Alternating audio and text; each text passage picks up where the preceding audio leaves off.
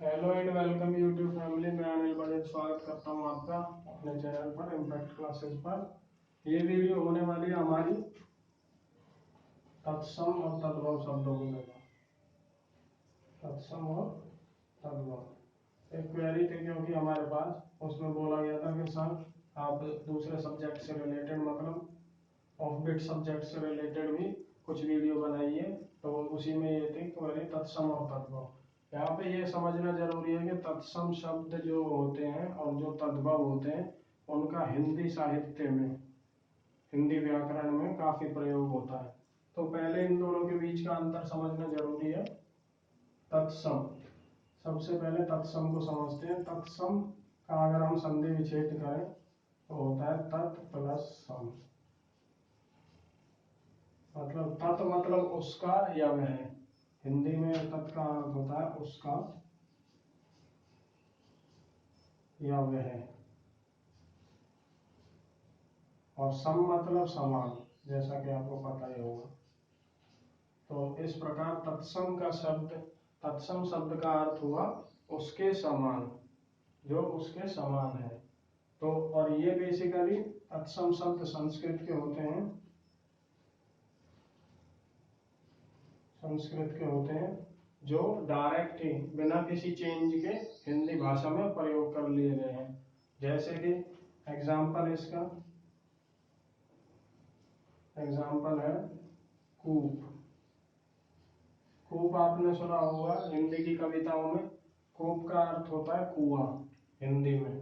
संस्कृत का शब्द है कूप, लेकिन इसका हिंदी में अर्थ होता है कुआं, और हिंदी की कविताओं में डायरेक्ट ही कूप का यूज होता है। तो ये तत्सम शब्द है। ऐसे ही काफी सारे शब्द हैं जो डायरेक्ट संस्कृत से एज इट इज बिना किसी चेंज के हिंदी भाषा में प्रयोग किए गए हैं। अब आते हैं हम तद्भव पर। तद्भव का हम संधि विच्छेद करें तो तत्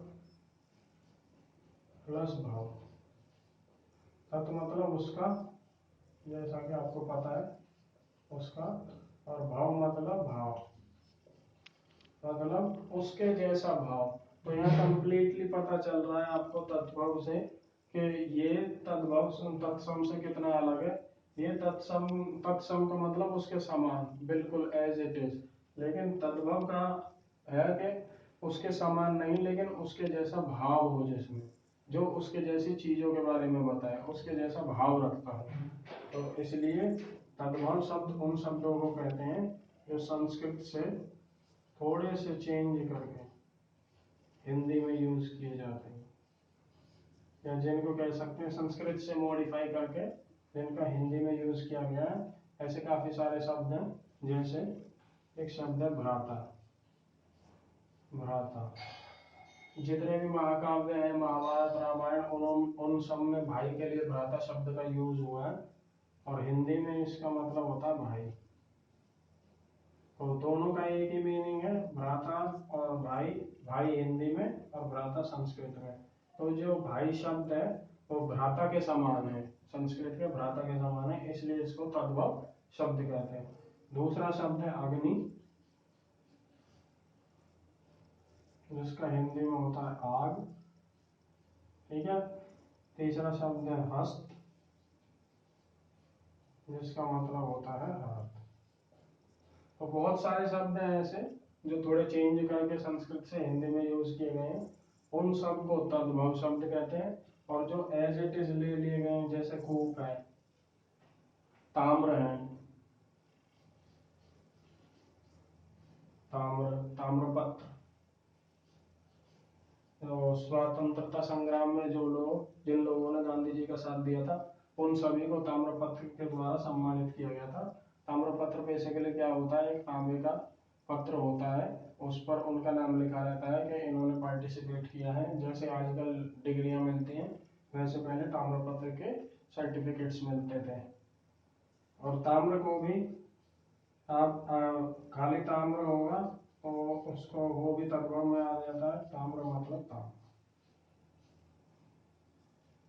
तो बेसिकली यही फर्क है दोनों में। एक बार मैं फिर बता देता हूँ। तत्सम शब्द वे शब्द हैं जो डायरेक्ट बिना किसी चेंज के हिंदी में प्रयोग किए जाते हैं, और तद्भव शब्द वे शब्द हैं जिनमें थोड़ा सा बदलाव करके, थोड़ा सा चेंज करके, जो ओरिजिनली संस्कृत में थे उनको ना यूज करके उनका थोड़ा चेंज किया हुआ रूप हिंदी में यूज करते हैं, उनको तद्भव कहते हैं। तो अब ये तत्सम और तद्भव को लेकर आपकी जितनी भी क्वेरी थी वो सॉल्व हो गई हैं। और तत्सम शब्द कठिन होते हैं क्योंकि ये संस्कृत हैं, और तद्भव शब्द आसान होते हैं। तो आई होप कि इसके अलावा तो इसमें कुछ बताने लायक है नहीं, लेकिन तत्सम और तद्भव का डिफरेंस आपको अच्छी तरह पता लग गया होगा। अगर आप और ऐसी वीडियो चाहते हैं तो आप कमेंट सेक्शन में कमेंट कर सकते हैं, किसी भी सब्जेक्ट से रिलेटेड मैं उसको लेकर वीडियो बना दूंगा। और वीडियो के एंड में बस यही कहूँगा, वीडियो आपको अच्छी लगी तो वीडियो को लाइक करें, शेयर करें, आप स्क्रीनशॉट भी ले सकते हैं इसका, और हमारे चैनल इम्पैक्ट क्लासेस को सब्सक्राइब करें। Best of luck, thank you.